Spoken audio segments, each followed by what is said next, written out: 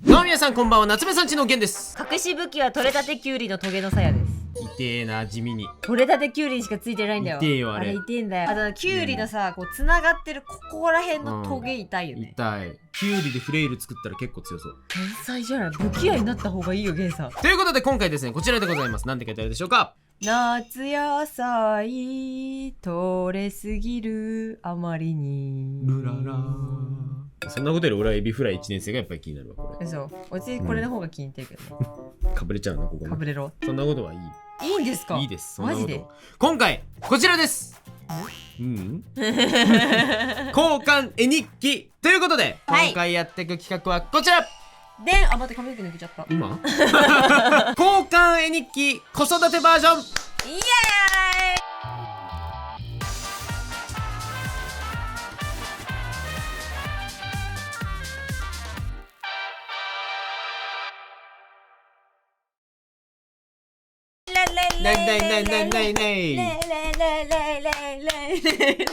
何この新たなる餅つきみたいな。てなわけで公開日記ってだいぶ前にこの企画やったんですけどね、ここでやりましたね。ちっちゃドンフォゲノートが生まれたっていう伝説の企画ですよ。あれはお夫婦のノート、あれ以来めちゃくちゃ気に入って合わせて4冊使い切って、今5冊6冊目を購入したんだけど、まあ今回はドンフォゲ3を使って今度ちゃんと絵日記としてね、今回もやっていこうかなと思うんだけど、今回僕たちの状況としてね、だいぶあの頃と変わったのが、世界は滅びたしね。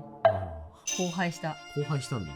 じゃあもう本当にこの絵日記読む人誰みたいな状況になるじゃん。エモい感じになるじゃん。今隕石の研究が進んでるとこだしね。そうなんだ。隕石だったんだ。しかも理由がこの世界にはない成分だったから。鉱石をね。そう。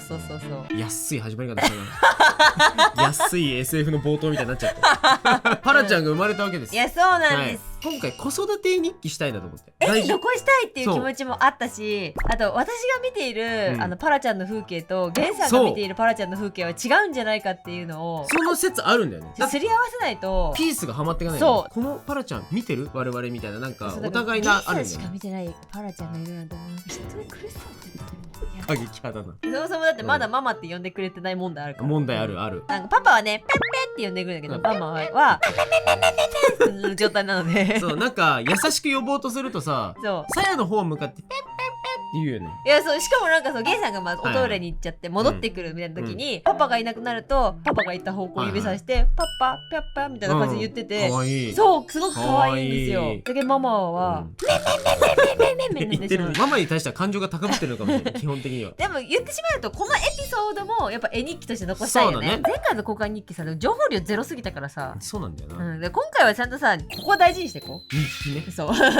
その日何があったかっていうのが分かんないとダメだよね、日記って。そうだよ。インフォメーションしよう。なんですが、今回案件でございます。ありがとうございます。ありがとうございます。この流れで何の案件かというと、子育てエピソードでおもろシーン起こりがちな場所、どこですか？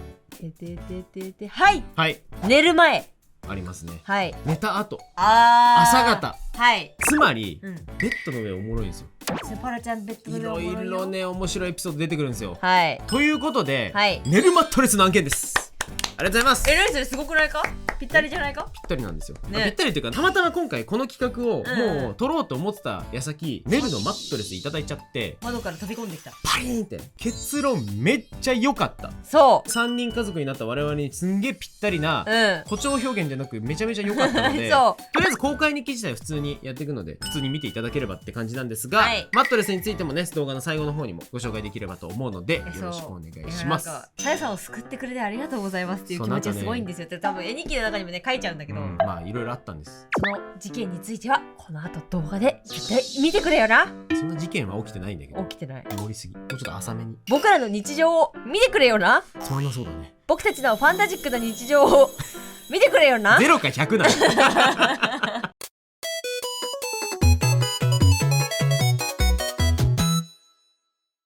はい、それでは1日日目トップバッターはせいさん。なんかこういうなんかさバラバラで撮る企画ってさ調子が狂うというかさ、いつも隣にいたあの人の存在は私の中でこんなにも大きかったのかっていう感じになるんだよねということでね書いていこうと思うのですが、いやもうね書くことは決めてた。後から思い返してそんな時期もあったよねっていう未来の自分へのご褒美として残しておきたいっていう感じなんだよね。でそれで言うと私はこれを絶対に書き残しておきたかったっていう。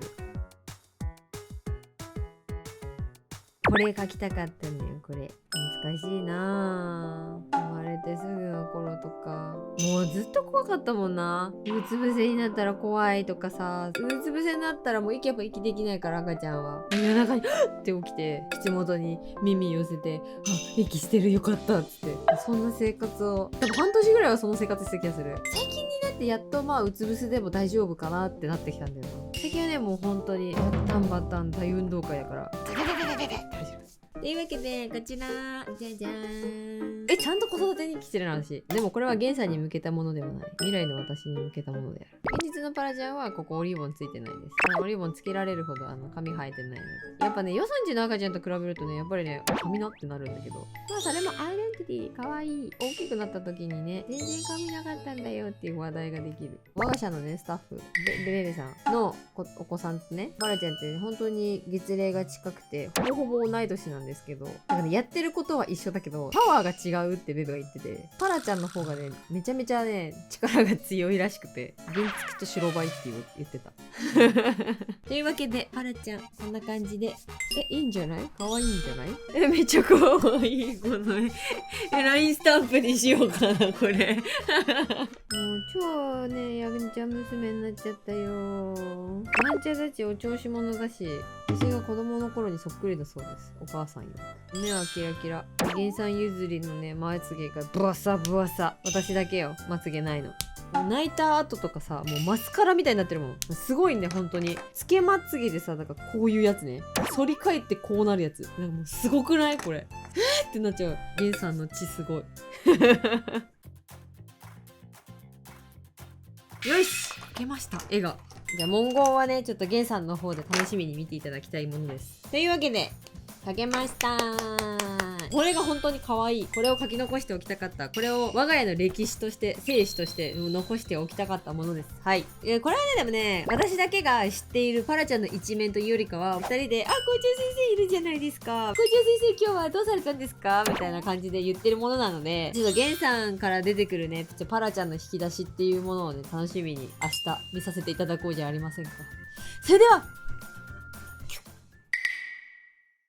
はい、ということで2ページ目2日目でございます。これもう本当にここが一番楽しい瞬間で、どんなパラちゃんをねさやが描いてくれたのか、じゃあ早速見ていきましょう。せーの。おおすごい。待って、めっちゃ可愛いやん。いや、これね、中の多分柄をね、省略してるんですけど、パラちゃんがね、着てるちょっとストリートな感じの、ダボっとした感じのね、服なんですよ。これ着てるパラちゃんめちゃくちゃ好きなんでいいですね、これ。めっちゃちゃんと書いてある。トップバッターはママ、私タイピ、交換ノートでよく使った絵文字。本日、2024年7月も中旬、翌日書くであろう夫と、未来の私へ向けて書かせていただきます。未来の私見てる？今日この頃のパラピの様子で書き残しておきたかったのがこちら。いや、そうなんですよ。このね、校長先生スタイルで後ろに手こう組んで、校長先生見回りですかって言って声をかけるっていう流行りがあります。最近。でね、これフロントバックって書いてあるんだけど、これちょっとリアルパラピですね。これが多分デフォルメパラちゃんなんだけど、今こんな感じなんですよ。だいぶ髪はね、まだね、生えてなくて、薄めではあるんですけど、徐々に来たと。校長先生スタイルで巡回する我が子、なお後ろで手は届かない。そうなんです。現在歯は上が4本下が4本生えております。キュウリとトマトが好きです。ねパパ。娘が食べているトマトの匂いに撃退されるパパは我が家の名物です。ネクストパパ。いや、なんか感慨深いですね、このパパっていうね、この表記が。じゃあ行きますか、僕の2ページ目。じゃあまずちょっと先に絵かな。絵を描いてそこをベースに文字を埋めていこう。子育て交換絵日記なので、さやがなるべく見ていないようなパラちゃんを描ければ一番いいかなと思うんですけど、どうだろうな。さやマジでな、パラちゃんの何でも知ろうとするから知ってないことが少ないんじゃないかと思うんだけど、なんかあるかな。ありましたありました。これありますよ。パパと娘だけのね秘密があるんです、実は。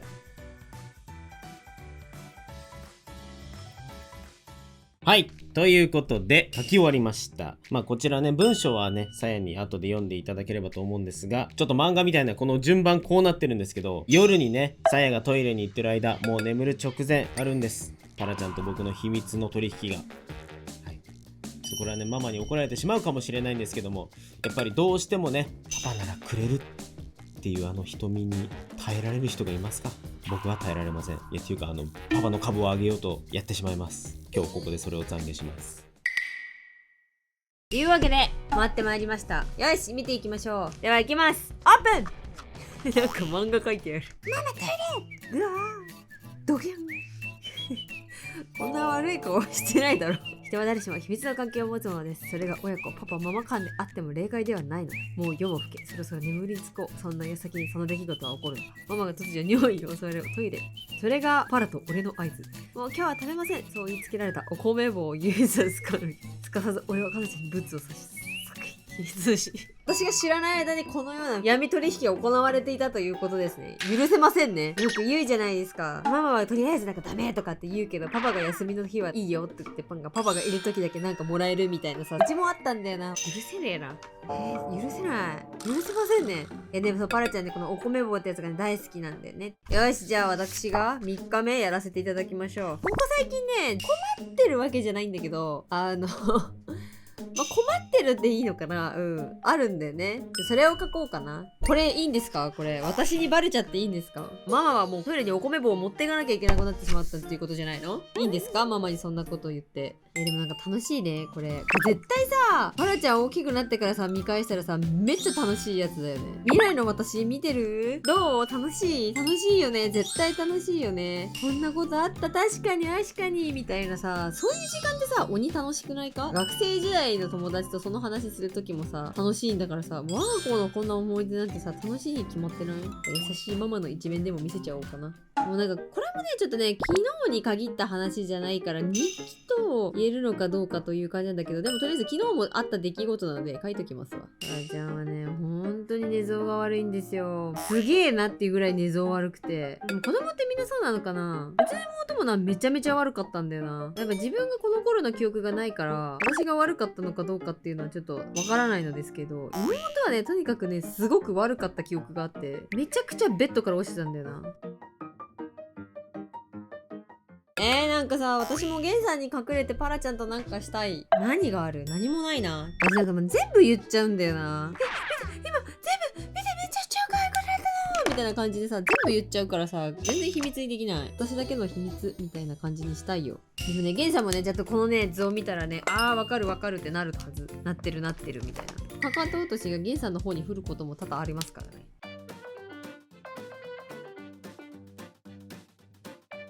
イエス！できました。ここ最近ね、起きて、ギャーってなってる出来事なので、ぜひね、パパの方にご説明いただこうと思います。ちゃんとここに振り書いたんでね、振りを。ここの絵がすごくお気に入りです、ここが。よし！パパよろしくね。これ許せないな、ちょっとこれ。はい。ということで、おはようございます。4ページ目ですかね。早速、さやがどんなの書いたのか見ていきたいと思います。よっ！おおかわいい。睡眠事情ですね。じゃあちょっと読んでいきますか。そんな闇取引、ママは認めません。私もやりたい。悪い顔したい。ぜひね、ママもちょっと悪い関係をね、どっかで結んでいただきたいところですが。ということで最近、朝を騒がせているこの現象を書かせていただいたよ。いや、これね、だんだん大きくなってきて、寝返りも元気いっぱいで成長を感じる一撃だよね。12センチのかかと落としは立派なかかと落としだよね。朝、何が臭いのかみんなに教えてあげてね。川の字で寝れるのはハッピーだね。臭いね。これいいですね。この絵、すごく的確に表してます。今回、寝るマットレスさんにキングサイズのマットレスいただいたんですよ。するとどうなるかっていうと、真ん中、パラちゃんこの川の字状態なんですね。ちょっとパラちゃん真ん中寄りで、でも落ちないようにこっちに寄るみたいな感じだったんですけど、今キングサイズになったことで、もう自由自在、縦横無尽にパラちゃんがグリングリンするっていう感じになってしまって、可愛いんですけどもこういうことになると。そしてここにいると思ったらここにいるしね。もうなんか多分お子さんいる家庭の方だったら、あれねってなると思うんですけど、動き回ると。そんなパラちゃんも可愛いんですが、これ何が臭いか教えてあげてねというのはね、朝ですね、うんちするんです。おむつしてても匂いがするわけですよ。布団にこもると。そういうことなんです。ね。ちょっと汚い話すいません。じゃあ行きますか。4ページ目。僕もちょっと睡眠に関係してこの寝るマットレスに変えたことで起こった幸せをちょっと皆さんに共有したいなと。いやこれね、さやが知らないかどうかで言うと多分知らない。なぜなら彼女は寝ているからみたいな状態のことがあるので、ちょっと共有したいと思います。マットレスを寝るに変えてから起きた幸せなことっていうのは、それはちょっと絵に描くんですけど、もう一個あって、めちゃめちゃ揺れが少なくなったっていうのがいいなと思ってて、構造上ね、ちゃんと腰をサポートして、で頭と足の方はちょっと柔らかくて、だから寝た時の寝心地がめちゃくちゃいいっていうのはもちろんなんですけど、パラちゃん揺れに敏感な子で、夜にトイレとか行く時にベッドをバッと降りちゃうと、もちろん起きちゃうことが多かったんですよ。だから結構気使って降りてたんですけど、ネルのやつにしてからキングサイズで繋がってるのにめっちゃ揺れないっていう、夜中とかに起きてトイレ行ったりとか、あと僕がめっちゃ早起きで、さやとかが9時前後とかにパラちゃんと一緒に起きて、僕は割と朝から仕事するタイプなので、遅くても7時ぐらいには起きるみたいな、そういう時に不用意に起こさないっていうのがめっちゃ僕は良かったっすね。なんかめっちゃネルの回しもんみたいになってるけど、いや回しもんなんですよね。毎回言うんだ。そうだ。でもね、これ言わされてるわけじゃないんで、マジでこれはいいと思った体験でした。ちょっとね、もう今回描く光景は幸せな光景ですよ、マジで。いやマジでこれね、快挙、幸せが訪れた。ちょっとみんなに見てほしい。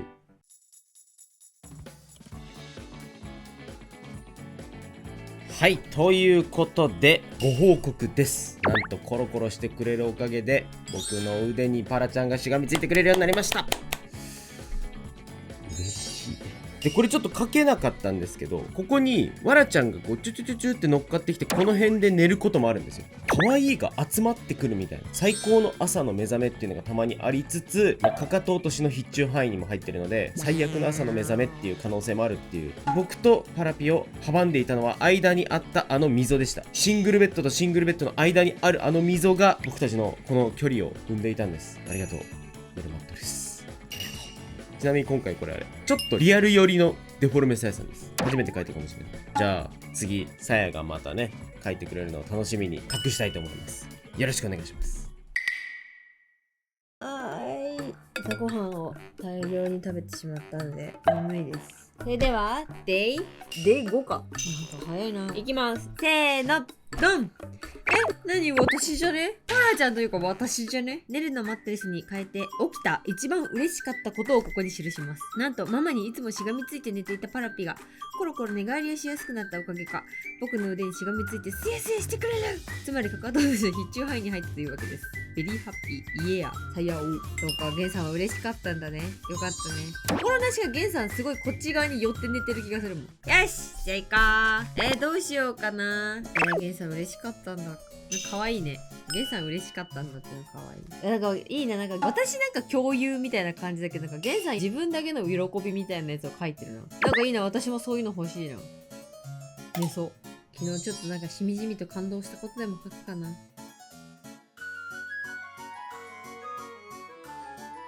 よし、ドン。もういっぱい書いてやったぜ。これ昨日見た時に、我々がお仕事でしてる間、ゲンさんのお父さんがパラちゃん見てくれてるんですけど、やっぱお家だけだとね、ちょっと退屈しちゃったりもするんで、おじいちゃん家に行ってちょっと遊んだりとかたまにしてるんだけど、でおじいちゃん家から帰ってきたら、なんかすごい既視感のあるこんな感じの格好になっていて、これは書かねばと思ってね、思わず書いてしまいましたね。でこれはソファーで寝てしまった我が子を運ぶ私で、個人的にね、これがどうしてもどっかに書きたかったんだけど、この企画始まる前に起きた出来事だったけど、どうしても書いてしまいました。よし、というわけで5日目はこんな感じです。はい、ということであっという間ですね。もう6日目。もう僕が書くのは今回で最後ですね。はい、これね、寝てるところからのこちら、かわいい。これね、この格好ね。ほっこりエピソードありがとう。共にかかと落としの必中範囲で戦い抜こうね。いや、ほんと危ないのマジで。ほっこりエピソードずるすぎるので数で勝負しますわ。昨日パラピがおじいちゃん家から帰ってきたら既視感のある姿になっていたので、これとそうバカボンパパっぽい感じになってた。久々に赤ちゃんの時、今も大体赤ちゃんだが、この感覚なんだろうね。今も絶対に周りから見たら赤ちゃんなんだけど、なんか今もう赤ちゃんっていうか育っちゃって、赤ちゃんの時にしていた抱っこの仕方をやったらサイズ感違いすぎて感動しちまったこと。僕らのスイートキャンディーちゃんは育ってるよ。かわいいなこれ。いやそうね、このさやの膝の上で寝てる光景っていうのは確かに見るとき多いな。ベッドに運ばねば。いやそうなの、このぐらいでさ抱えられたの。最近はもうちゃんとこのお姫様抱っこみたいな状態になるんですよ。やっぱさやちゃんズポイント、昨日の出来事じゃないけど書いとくね。そう、これめっちゃ好き。うまっ。パラちゃんさ、めちゃくちゃ速攻嫌いなんだよね。家の前に速攻があるのよ。そこだけは越えられないの。なぜか毎回抱っこして出してあげると普通に歩くんだけど、不思議ですよね。6日目ですね、やっていきたいと思います。昨日ちょうどいいワンシーンがあって、さやもねいなかった時だったので、それを書いていこうかなと思います。でも書くものありますよね。なんか意外と書くもんなくなったらどうしようとか思ったけど、日々可愛い、日々成長、何かが起きている。いやそう、この日記に話ではね、ここの時に出したんだけど、今回わらちゃん書いてないなと思って、3人と1匹でやっぱ家族なんで、当然ねこのパラちゃんのエピソードの中に出てくるわけなんです、わらちゃんは。でなんか今回ねたまたまあんまり出てなかったので、今日はわらちゃんのエピソードでも書こうかな。昨日目撃した。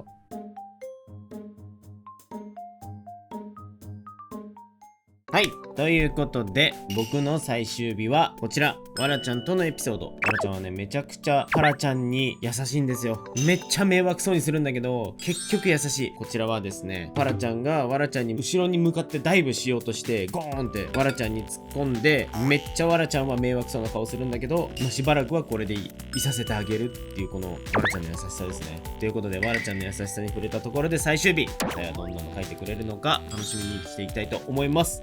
お願いします。はい、それでは記念すべき最終日でございます。さあ次、ゲンさんはどんな絵を描いたのか。はい、うわ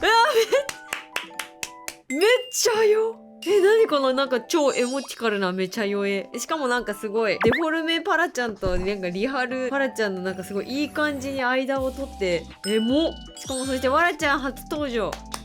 さやはたくさんのエピソードずるいので僕はとっておきよと感動。日記には初登場、我らがお猫様わらちゃん。わらちゃんはパラちゃんにとっても優しい。迷惑そうだけどパラちゃんがわらちゃんに思いっきりゴロンとのしかかった図。わらちゃんはびっくりして怒りそうになるかと思いきや、なんと我慢してパラちゃんの頭を支えてくれました。すっかり面倒見のぐちゃぐちゃーなってる面倒見のいいお兄。迷惑そうにしながらも彼は今日優しい。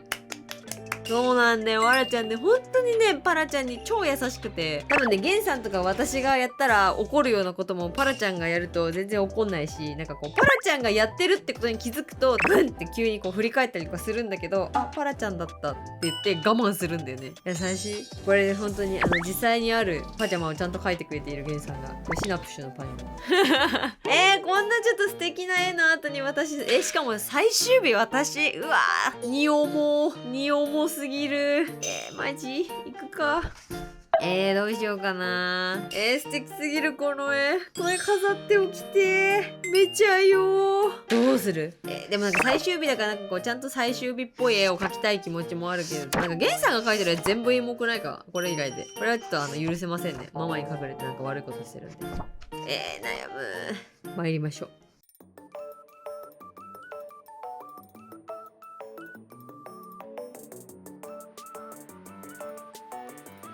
僕がもうこれで最後ってなんかすげえ寂しいな。でもなんかこれは続けたいな。毎日とは言わず週1でもいいからね。もうなんかさ、これもずっと続けてた方がさ、未来の私が喜ぶんじゃないかと思うぐらいさ、なんかすごくいいノートになってる気がするんだよな。見て、なんかもうこのなんか大事なこの時期を絵日記にするってすごい遠くね。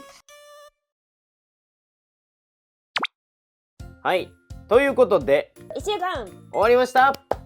はい、なんか突然こんな、はい、寝室にやってきました。寝室だしさ、はい何かおかしなことでも寝起きすぎるだろ格好がマジで演出じゃない。今本当にただの寝起きの何もしていないさやさん、すっぴんの。でも大丈夫、ちょっと嘘ついてきたから。嘘、ちょっと肌に嘘ついてるのと、あとカメラで嘘ついてるから今。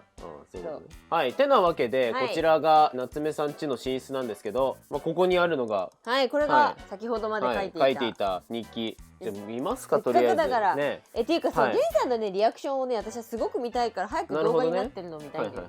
そう、逆にね自分がね、視聴者いやもうここ今あれですからね、もういますから、寝るマットレスの上に。そうなんですよ。もちもち、いやマジでいい、もちもちです。よし、じゃあ開けよう。パカ。1日目がこちら。はい、なんか懐かしいね、もうね。いや、可愛い、めちゃめちゃ可愛いこれ。はい、いや、これはさやさんが描きたかったね、校長先生スタイルっていう。さっきも下で今パラちゃんいるんですけど、校長先生スタイルでした。てか最近校長先生っていうとこのスタイルになるようになった、逆に。いや、そうそう。我々が校長先生って言ったせいで。はい、次。で、そして次。ペラリラリ。こちらね。これも審議。何が？許せねえ。何が？なんかこんな特別な時間をさ、共有してるなんて許せない。これね、マジでパラちゃんはさやがいなくなると、ちょっとこういう悪いママがダメって言ったやつもワンチャンパパなら突破できるみたいな発想がもうある。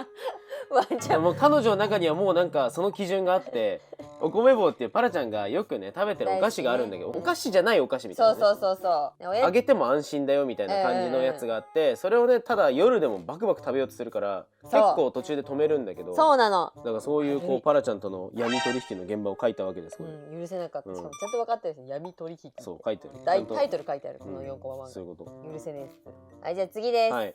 これはなんかもはやそうね、ここの場所で行われている。ちょうどね、ここです。ここに。はい。これがこんな感じでいつも寝てるんですけど。そう、これが私の枕で、これがパラちゃんの枕で、まあこれは基本的にパラちゃんがここに足を通してるので、あまり枕としては使そう、枕として全く機能してないけど、まあとりあえず一応これが我々のこの寝室スタイルね。いつもこんな感じで寝てるんだけど、ここに頭がクリアに寝るはずなんだけど、パラちゃんはこうですね、基本的に。そう、パラちゃんはもうその状態からグリングリンいろんな方向に回るっていう。はい、じゃあ次。そして次、ここです、まさに。これがね、マジでこれね、本当にこのネルのマットレスに変えて、ここですよ、ここ。いや、そう、今までここに溝があったの、ここに。溝を埋める用の間のマットレスみたいなやつがここが森ってなってたからね。でその森ってやつに阻まれて、パラちゃんはこっちからこっちに渡ってこないみたいな現象が起きてたわけ。だから君たちは織姫と彦星みたいな。いや、マジそういう関係だった。今まで。フラットになってパラちゃんがすごくコロコロしやすくなってね。そうなんです。だからね、寝返りがかなり打ちやすくなったっていうのはあると思う、マジで。ここの寝るマットレスが寝返りに特化したっていうコイル構造らしいです。独自のコイル配列により背中と腰部分の反発力を高め、自然な寝返りをサポート。違うんだこれ、場所によってコイルの硬さが違うんだね。だからここ真ん中がここが一番硬いんですよ。多分触ったらそういうことなんだ。で足元の方が柔らかいっていう。頭と腰と足で柔らかさが違って、頭と足の部分は比較的柔らかめだけど、腰の部分はだいぶこうしっかりサポートするからめっちゃ寝返りが打ちやすいらしいです。いや、そうなんかさ、もうこう言ってはなんなんですけど、私柔らかいマットレスってあんまり実は得意じゃなくて。柔らかすぎるのはね、僕もそうなんだよね。いや、だからこれにこう変えた時にちょっとね、誰にも言ってなかったんだけど、ちょっと不安だったの。柔らかすぎたらどうしようみたいな。そう、でもなんか全然平気だったから、かつさ、どこも硬さがさ、どうも均一だからさ。そうなんですよ。端っこから端と真ん中ともう一番端ね、で均一だから、子育て家庭これ分かると思うんですけど、基本的にはお子さんがキングなので、子供がいる場所に合わせて大人が追いやられるっていうのが多分デフォなんですよね。てかそれこそこのスタイル多いと思ってて、子供が割とこう一番いいとこ寝てて、で大人が残りで寝るみたいな。どっちかによるみたいなのあるんだけど、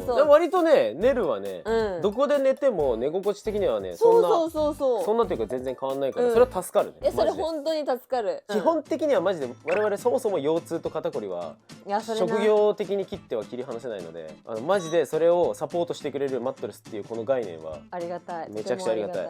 めっちゃ椅子良くてもな、夜中バキバキになってたもんね、さやね。パラちゃんに追いやられてね。そう。寝返りを忘れちゃうっていうか、寝返りしないタイプというか、パラちゃんがいる。寝返りをしてはならないってなれちゃうの私。そうすると腰バキバキになるんだけど、で結構それがね改善されてるのよね。素晴らしい。そう、嬉しいの。いろんな生活スタイルによってあると思うんだけど、夏目さん的にはかなりネルは合ってるなっていう感じですね。合ってる、嬉しい。これコイルがこの中にいっぱい入ってるんだって。それコイルが超高密度のコイルによる優れた体圧分散っていうことらしいです。はい。ホテルに導入されている代表的なマットレスの倍らしいですね。1734個入ってる。だからどんな体型の方でも適切に体圧が分散されて自然な寝返りをサポートしているということらしいですね。ここでもその話どっかでしたと思うんだけど、コイルが独立して体を支えるため隣で眠る人の振動も気にならないっていうなんかそういうなんかあれもあるらしくて、確かに揺れは少ないよなって思う。左でじゃあバインバインしても、こっちの方に振動が行きづらいっていうのはちょっとあるかも。ああ、そういうことなんだ。でも確かにここがねすごい震源地なんだよね、基本的に。すごいんだよ本当にね。頭この辺にあったりとかもするし、でなんか夜中に起きてこうやって戻すんだけど、でもそれもだって感知しない時あるもんな。というわけで、まあ続きいきますか。納得いきます。これもね、わかりますよ。これでもメインのやつより、こっちのこの多分端でさらっと書かれたこの速攻を乗り越えられないパラちゃんっていうのがめっちゃわかる。これめっちゃ好きなのこれ。そう。うちの前にある速攻をどうやっても越えられない。そうね、駐車場のところをね、ちょこちょこ歩いて、公園行こっかとかっつって、ママがねここを越えてしまうとね、もうなんか結界があるらしくて、そうなんかやっぱり越えられないラインが何らかの境界がある。なんか魔族なんかっていうぐらいね越えられないんですよ彼女は。でそしてはい次。でもこの絵良すぎて飾りたいんだけど。ありがとうございます。本当に可愛い。これはね僕もめちゃくちゃ可愛いシーンだと思って、もうこれはなんか定期的に目撃するんだけど、やっぱこれ一期一会だからこの瞬間って。まあね。あんまり目撃したことないんじゃないさや。確かに。このわらちゃんを枕にしてるパラちゃんって見たことないんじゃないあんま。わらちゃんね、パラちゃんのことをもう認識してて、そうなんですよ。こいつはもう俺が面倒見なきゃなみたいな感じになってるんだけど、これポイントこれだから、ちょっと迷惑そうだマジで。マジでこんな顔してるからいつもはあって感じで。やっぱりね逃げるんだよねちょっと。そうちょっと逃げるんだけど、でもこういうシーンでは絶対パラちゃんに危害が加わるようなことにならないというか。そうなんだよ。それがもうめちゃくちゃ優しい。わらちゃんの優しさも感じれるし、パラちゃんがわらちゃんに家族っぽい感じで接してるのも見れて素晴らしい一枚。ありがとうございます。これはねどっかに書こうと思って、この期間中にわらちゃんとパラちゃんの出来事起きろってしたらやっぱりねありましたよ。寝たいな。でもこれが次は最終日なんですけど、最終日さちょっとこんな素敵な絵があったからさ、ハードル高くてどうしようかなって思ったんだけど、皆さんが選んだのはこちらのワンシーンでした。うわーいいですねこれもうね最近生まれたこのワンシーンっていうか、最近暑いじゃないですか。暑い。めっちゃ暑いので最近ちょっとパラちゃんを水浴びさせてるんですよね。なんかさ小さい子がさ身近にいない環境の時ってさ、1歳児こんなに動くと思わなかったの。だけどさ、もうこんな水浴びもさやろうみたいな感じになるぐらい1歳児って元気なんだなっていうのを本当に噛みしめたこのね、こんなに元気なんだねってね。これ撮影前に普通に楽しみすぎて見ちゃって見ちゃった動画外で見るなよって話なんだけど見ちゃったからね。全然今なんか初見の反応じゃなくてあれゲンさんってなったと思うんだけど普通に読んじゃったっていうっていうね。めちゃめちゃ可愛いこれシーンです。いやもう最高ですよこれ。もうちょっとしたらプールとかも買いたいですね。確かに。これさ続けるべきじゃない？そうこれなんかさ続けてほしい。ゲンさんに。ゲンさんに？てか2人でやった方がいいよねこれ。このノートこれで埋めたいもんなんか。わかる。本当のドントフォゲットじゃない？確かにドントフォーゲットマジだ。このドンフォゲって呼んでるドントフォーゲットっていう謎のスケッチブックシリーズ、確かにこれこそドントフォーゲットだよな。これが一番のドントフォゲットシリーズですよ。本当だよね。マジでさいい。ねすごい楽しかった。各ご家庭おすすめしたいかもこの子育て日記交換。しかも交換っていうのがいい。やっぱりお互い見てない部分もあるわけじゃんこれで。いや楽しかった。いやめちゃめちゃ楽しかった。ということで今回寝るマットレスの案件ということでね、ご紹介させていただくということがきっかけでこれを書くことができたのでとてもいい機会でした。ということでこちらの寝るマットレスですがめちゃめちゃ良くて、これ案件とか関係なしにめっちゃ良くて、すごい気に入ってます。もう我々割と本当に毎日快適になってパラちゃんと一緒にね、家族3人で楽しくプラスわらちゃんが時々楽しく寝てるんですけど、このもちもち感がねすごいいいんだよね。そうちょっともちっとした寝心地でもあるんだけど沈みすぎないっていうのがめっちゃいいので、かなり腰痛持ちの我々は気に入っております。気に入っておりますね。涅槃やな。でこちらね10万回の耐久試験をクリアしたということで10万回、しかも使用期間で10年間の耐久保証があって、使用期間中に3センチ以上へたり生まれたら保証期間中であれば無料で修繕もしくは交換。3センチもし劣化することがあっても安心。しかもこれ120日間トライアル期間があって、1回購入して120日間トライアルして体に合わないっつったら返せるんだって。すごいねそれ。合う合うが絶対あって、夏目さんちめっちゃあったけど、じゃあそうこれ夏目さんち返さないよ。うちの子だよこれは。もう返さないけど、返さないけどっていうのがあれだけど、そうだから万が一合わないっていう方は高額な買い物ではあるので、やっぱりいかに寝具が大事と言ってもマットレスは高いよ。マットレスって高いからっていうのはあるけど、しっかりその品質的にいいよって思ったらちゃんと継続できる。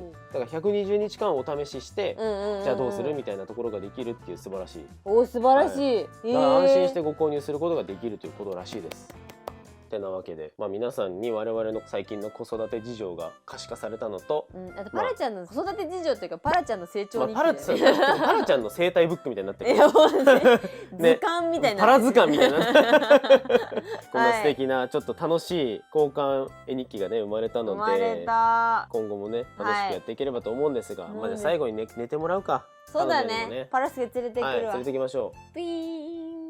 来ました。はい。てなわけでいらっしゃいませ。コロコロちゃん来ました。ということでね、はい、普段からこのね3人でここで楽しくのんびり寝てるわけなんですけど、結構ここでコロコロしててね、最近はコロコロしてるだけで寝かしつけなくても最近ここで寝てくれるようになったので、あね、そうそう、結構ね、抱っこだったんだけど。ということでね、今回ねるさんからの提供でお送りいたしました素敵なマットレス、ありがとうございます。気になった方ね、今ちょっと寝具にこだわりたいとか気になってるよって方いたら、ぜひぜひ皆さん概要欄からチェックしてみてください。わらちゃんもいらっしゃる。わらちゃんおいで。あらららららら、わらちゃんがなんか可愛いが集結していく。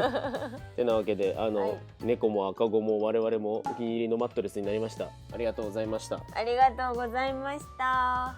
じゃあまたね。次回の動画でね。